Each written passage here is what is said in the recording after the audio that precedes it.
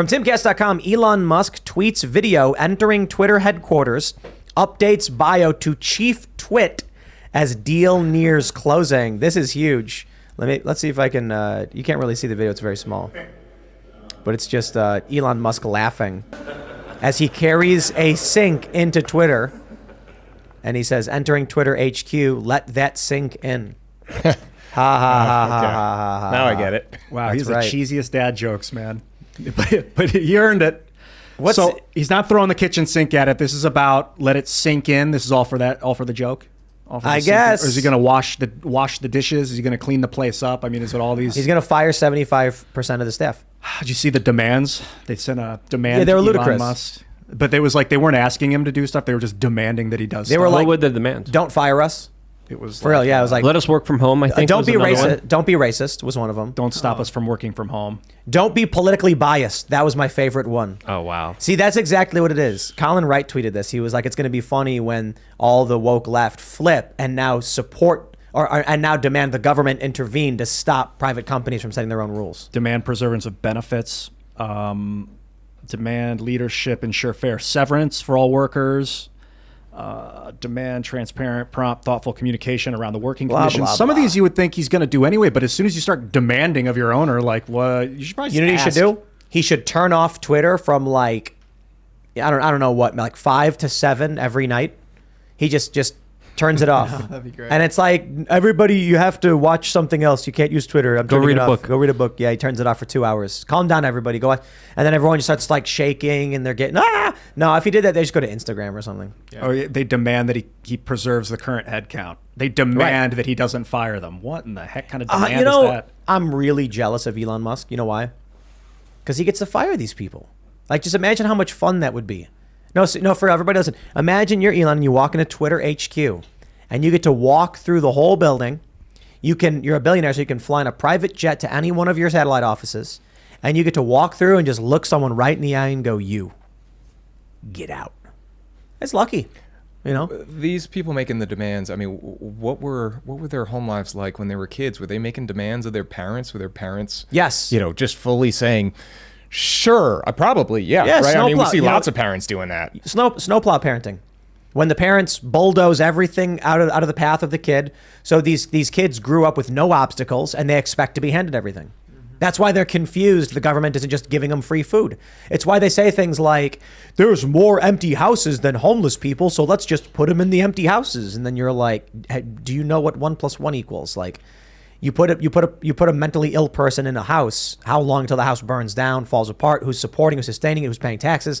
Who's funding it? Who's going to cover the cost of the fire department? These people don't think these things through, and it's because their parents walk them through everything without giving them any obstacles. And participation trophies everywhere they go. That's One of the things Elon's talked about is not letting people remote into work as much. And I worked social media, and I found like that was the best part of the job, was being able to work from home on my own time limit, and we didn't have to be in the office together. So it was like, and then we got an office in Brooklyn, and it was just an expenditure we didn't need. We found out after a year, we were like, why do we even have this thing? We don't need it.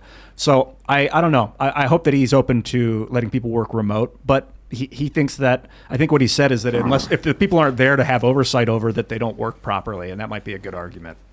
Why let people work remote? I mean, I understand there's some circumstances where it's probably fine, but most people probably shouldn't. Commuting is lengthy, it's time consuming and expensive. Too bad. And so is having an office if you don't need one. If you don't want to be here, you probably shouldn't be. That's what I always say. So when if there's somebody who's like, "Man, I want to work at the company, but I'd rather not be there," I'll be like, "Well, then you're not going to work here. I don't get it." Like, you want people who are passionate about the project they're working on. Like, right? oh yeah, for sure. So right now you have millennials and Gen Z quiet quitting. Have you guys heard of this? Yeah. all the time. Yeah, they're basically like, it's a combination of ideas.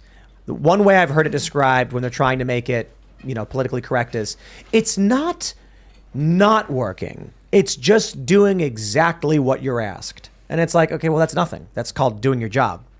What we're saying is don't go above and beyond. It's like, okay, yeah, well, no one's making you do that. Some might ask you, but if you don't want to, fine. But typically, quiet quitting was referring to people who were quitting working without saying anything to keep getting paid as long as possible until they got fired. Mm-hmm. That's the mentality of these people. So that's what's happening right now at Twitter. A good majority of people who work there probably do not do work. Wasn't that the Veritas thing? That audio where someone's like, "I work 4 hours a week."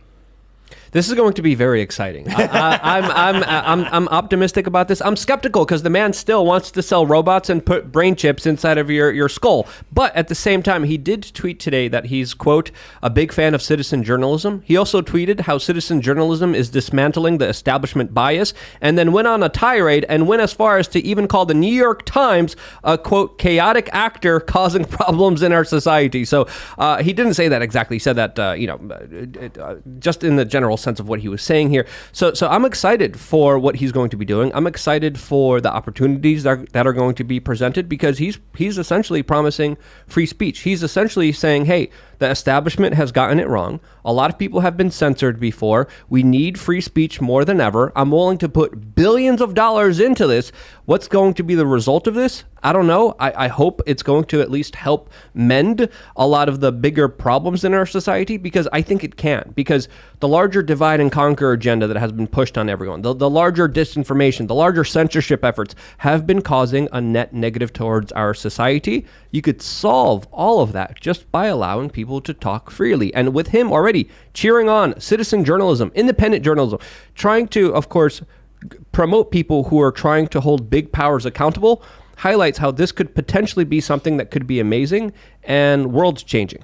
Yeah, I think that one of the things that'll happen is that Twitter, Parler, when Kanye buys Parler, and Minds, with Bill Ottman's Minds, are going to federate and start to interoperate along with Rumble, Chris Pavlovski's Rumble, which is already working with Starlink to interlink their servers and Starlink's networking capabilities to get global internet. And actually, solar internet. Like, we're going to have it planet to planet. We're going to have interplanetary internet.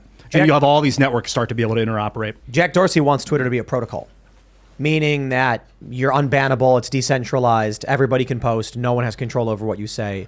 And the only thing that can happen is if it's illegal, then the police can deal with it. If Elon Musk does implement that, we know that Jack Dorsey was talking with him behind the scenes before he decided to buy this, then there's a strong possibility Elon does move towards making it a protocol. It does then merge, in a sense, with Minds as a node, or with Rumble, Gab, Parler, Truth Social even. And then the way it would work is, and this is the way it absolutely should be, you have a Twitter account. It's Twitter servers. So they could ban you on their server.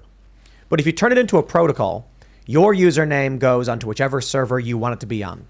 So if you're using Gab's servers, you know they're not going to ban you unless you dox someone or violate or break the law. So you're like, I'd rather be hosted there. But I'm on Twitter. I can follow Ian at gab.com, and then I get Ian's tweets on Twitter, even though he's posting on Gab. And Twitter has no say in it. It's almost like reverse RSS, I suppose. It could be like, that's the way it should be. He's also talking about allowing end-to-end encryption when it comes to private messages. And as an independent content creator, as an independent journalist, I'm going to pretty much go all in. I'm going to invest my time, and I think this is going to also move the market in a way that I think is worth talking about. Because if you have a platform providing free speech, providing something that all the other big tech social media platforms aren't providing, he's going to push the needle. He's going to be very competitive in the market, because now Facebook, Instagram, all these other large corporations, Google, YouTube, are going to be looking at him like, hey, we can't hide the cat in the bag anymore. Hey, these ideas are still being expressed. They're not being censored here. The more we censor them, the more obvious it becomes, because now on Twitter, we have a platform that, of course, is allowing the truth to actually get out there, allowing real conversations to get out there without an algorithm, without bannings, without censorship, without restrictions on speech. This is going to, I think, in my opinion, if this is done as Elon Musk says he wants it to be done, shift the market in a net positive when it comes to overall freedoms and speech. Yeah, I gotta throw this out there, because I have to. Elon Musk, Joe Rogan, me, let's talk about Twitter's rules, censorship. It'll be the Twitter Rogan episode 2.0. I obviously, I'd love to make that happen, because I'm the lowest on the totem pole of them. Elon, of course, the richest guy on the planet. Joe Rogan, the biggest podcast on the planet. Then the little old me. So I'll say what, hey, come on, guys, like let's get a show going. I'd imagine they probably care very little, but I do think it would be really epic to sit down and discuss Twitter's internal policies, plans, bias, censorship. Imagine this. If you guys watched when I was on Joe Rogan, this is back in like 2019 with Vijay Gadde and Jack Dorsey, and everything I said and everything they said, give Elon Musk a month or two of actually going through the internals, then sitting back down and saying, okay, Elon, which of what they said was true and which of what they said was a lie. And then have Elon just be like, oh, they said this, that was a lie. They said this, that was a lie.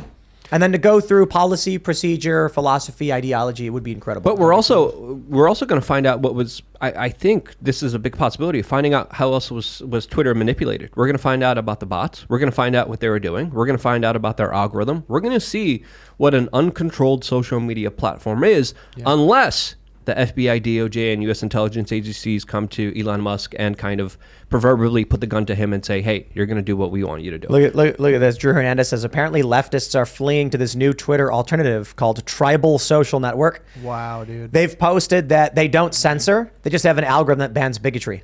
It's like, okay, dude, like, go for it. I don't care. I hate So Twitter you could as say it 2 is. + 2 = 5. That's right. All right. I don't know. This looks entertaining. I for wanted me. to piggyback off of your idea from earlier, Tim, about being able to log into your Twitter account and follow me on Minds, for instance. And I think it'll even be better than that in that you'll be able to basically your account will be your wallet. It'll be like your crypto wallet, like a MetaMask account or something like that. And you'll log into social networks with your wallet. And that will also help you bypass things like PayPal or your bank, like banks and things like that. These weird like top-down authority figures trying to eyeball your accounts, and it'll create kind of a parallel economy, so to speak. A parallel culture.